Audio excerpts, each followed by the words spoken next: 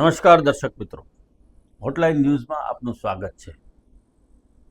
સનાતન ધર્મના સૌથી મોટા મહાકુંભ મેળાનું આયોજન આ વખતે ઉત્તર પ્રદેશના પ્રયાગરાજ ખાતે થવાનું છે। પ્રયાગરાજના ત્રિવેણી સંગમ ખાતે કે જ્યાં ગંગા, યમુના અને સરસ્વતી નદી મળે છે, એ સ્થળ પર આ પવિત્ર કુંભ મેળાનું આયોજન થવાનું છે।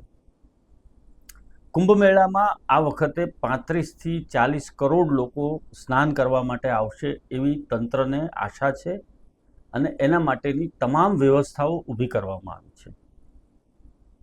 દર્શક મિત્રો, આ વખતના કુંભ મેળામાં સરકારી તંત્ર દ્વારા જે વ્યવસ્થા ઊભી કરવામાં આવી છે એ ન ભૂતો ન ભવિષ્યથી જેવી છે। સાથોસાથ પ્રયાગરાજના સ્થાનિક લોકો લાંબા સમય માટે પોતાના મકાનો ભાડે આપી અને અન્ય સ્થળે જતા રહ્યા છે અથવા તો કોઈ પોતાના સગા સંબંધીઓને ત્યાં આશરો લઈ રહ્યા છે।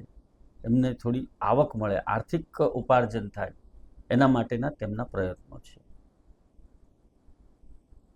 કુંભ મેળાની અંદર શાહી સ્નાનનું પણ વિશેષ મહત્વ છે। આ વખતે જાન્યુઆરી માસ અને ફેબ્રુઆરી માસમાં કયા દિવસે શાહી સ્નાન કરવામાં આવશે એની પણ વિગતો આપણે આ અહેવાલમાં જોઈશું। આવો જોઈએ આ વખતે કુંભમાં કઈ રીતે આયોજન કરવામાં આવ્યું છે। ઉત્તર પ્રદેશના પ્રયાગરાજમાં એક જ સ્થળે વિશ્વનો સૌથી મોટો માનવ મેળાવડો આ વખતે મહાકુંભમાં થશે અને સોમવારથી એનો પ્રારંભ થઈ ગયો છે। 45 દિવસ સુધી આ કુંભમાં લાખો શ્રદ્ધાળુઓ ભાગ લેશે। ગંગા, યમુના અને સરસ્વતીના પવિત્ર સંગમ સ્થળે શ્રદ્ધાળુઓ ડૂબકી લગાવી અને શાહી સ્નાન કરશે। 12 વર્ષ બાદ મહાકુંભનું આ આયોજન કરવામાં આવ્યું છે। અગાઉ કરતાં વધુ લોકો શાહી સ્નાનનો લાભ લે એવી સંભાવના છે અને ઉત્તર પ્રદેશ સરકારને એવું અનુમાન છે કે 26મી ફેબ્રુઆરી સુધી ચાલનારા આ મહાકુંભમાં 35 કરોડથી 40 કરોડ શ્રદ્ધાળુઓ ભાગ લે એવી સંભાવના છે। હવે જોઈએ કુંભની શરૂઆત થઈ છે ત્યારે શનિવારે, એટલે કે ગયા શનિવારે, પરમ દિવસે કહી શકાય, અંદાજે 35 લાખ શ્રદ્ધાળુઓએ ત્રિવેણી સંગમ ઉપર ગંગા સ્નાન કર્યું હતું, શાહી સ્નાન કર્યું હતું અને મુખ્યમંત્રી યોગી આદિત્યનાથ પ્રયાગરાજમાં મહાકુંભની વ્યવસ્થા જોવા માટે આવ્યા હતા। આજથી આ કુંભનો પ્રારંભ થયો છે અને 13, 14 અને 29મી જાન્યુઆરી, એટલે કે આજે, આવતીકાલે અને 29મી જાન્યુઆરીએ આ મહિનામાં 3 શાહી સ્નાન થશે। ફેબ્રુઆરી મહિનામાં 3, 12 અને 26 તારીખે શાહી સ્નાન કરવામાં આવશે। આ સમગ્ર કુંભ મેળાને અલગ રીતે જોવામાં આવે છે।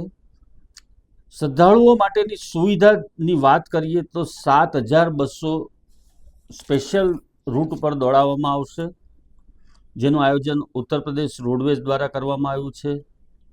જે સ્થળ પર ત્રિવેણી સંગમ પર આ કુંભ મેળો ભરાઈ રહ્યો છે ત્યાં 550 જેટલી શટલ બસો ચલાવવામાં આવશે। 28,000થી વધુ શૌચાલયો બનાવવામાં આવ્યા છે અને સાફ સફાઈ માટે 15,000 સફાઈ કર્મચારીઓને તૈનાત કરવામાં આવ્યા છે। શ્રદ્ધાળુઓની સુવિધા માટે 101 પાર્કિંગ સ્થળ બનાવવામાં આવ્યા છે। એની એક દિવસની ક્ષમતા 5 લાખ વાહનોના પાર્કિંગની છે, એટલે કે 5 લાખ વાહનો પાર્ક થઈ શકે એટલી ક્ષમતા પાર્કિંગની રાખવામાં આવી છે। પાણીની સુવિધા માટે 1250 કિલોમીટર લાંબી પાઇપલાઇન લગાવવામાં આવી છે। ઉપરાંત 67,000 જેટલી LED લાઇટો, 2,000 સોલાર લાઇટો અને 3 લાખ વૃક્ષો લગાવવામાં આવ્યા છે। કુંભનું મહત્વ એ પણ છે કે એ જે સ્થળે યોજાઈ રહ્યું છે એ સ્થળ ઉપર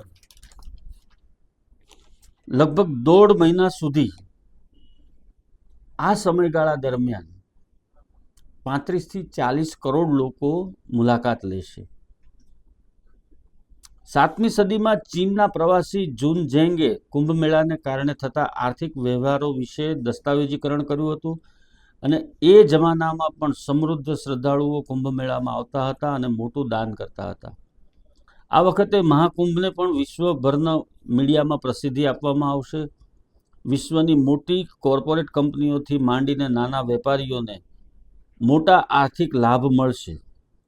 પ્રયાગરાજમાં લક્ઝુરિયસ ટેન્ટનું રાત્રિ ભાડું 1 લાખ રૂપિયા છે અને કેટલાક સ્થાનિકો જે છે એમણે પોતાના ઘર શ્રદ્ધાળુઓને માટે ખાલી કરી આપ્યા છે અને એમને રહેવા માટે ભાડે આપી દીધા છે. સમગ્રતઃ જો જોવામાં આવે તો આ જે કુંભ મેળો છે અને કુંભના શાહી સ્નાનનું જે મહત્વ છે એ વિશેષ છે. પૌરાણિક કથા પ્રમાણે જ્યારે સમુદ્ર મંથન થયું અને અમૃતનો કુંભ લઈ અને વિષ્ણુ ભગવાન આકાશ માર્ગે પસાર થઈ રહ્યા હતા ત્યારે ભારત વર્ષમાં 4 સ્થળ પર આ અમૃતના બુંદ પડ્યા હતા, જ્યાં સ્નાન કરવાથી પાપનો નાશ થાય છે અને આયુષ્ય વધે છે એવી એક માન્યતા છે. ગંગા, યમુના અને સરસ્વતી આ ત્રણેયના સંગમ સ્થળ ઉપર આ વખતે પ્રયાગરાજમાં ખૂબ ભવ્ય આયોજન કરવામાં આવ્યું છે અને આ કુંભ દરમિયાન અંદાજે 25,000 કરોડથી વધારેનો વેપાર થવાની કે આર્થિક ઉપાર્જન લોકોને થવાની સંભાવનાઓ પણ વ્યક્ત કરવામાં આવી છે. અદાણી કંપની દ્વારા, ઇસ્કોન દ્વારા ભોજન સેવા આપવામાં આવવાની છે. ભોજન પ્રસાદ એમના તરફથી આપવામાં આવવાનો છે. આ તમામ દિવસો દરમિયાન જે યાત્રિકો છે, જે કુંભ મેળામાં આવનારા લોકો છે, એમના માટે ભોજનની પણ ભવ્ય વ્યવસ્થા કરવામાં આવી છે. તમામ સ્તર પર એક વિશાળ આયોજન કરવામાં આવ્યું છે અને સનાતન ધર્મના જે ધર્મ પતાકા છે એ વધુને વધુ ઉત્તંગ થઈ અને લહેરાય એ માટેનું આયોજન આ વખતે કુંભ મેળામાં કરવામાં આવ્યું છે. કુંભ સ્નાનનું શાસ્ત્રોમાં પણ વિશેષ મહત્વ સમજાવવામાં આવ્યું છે.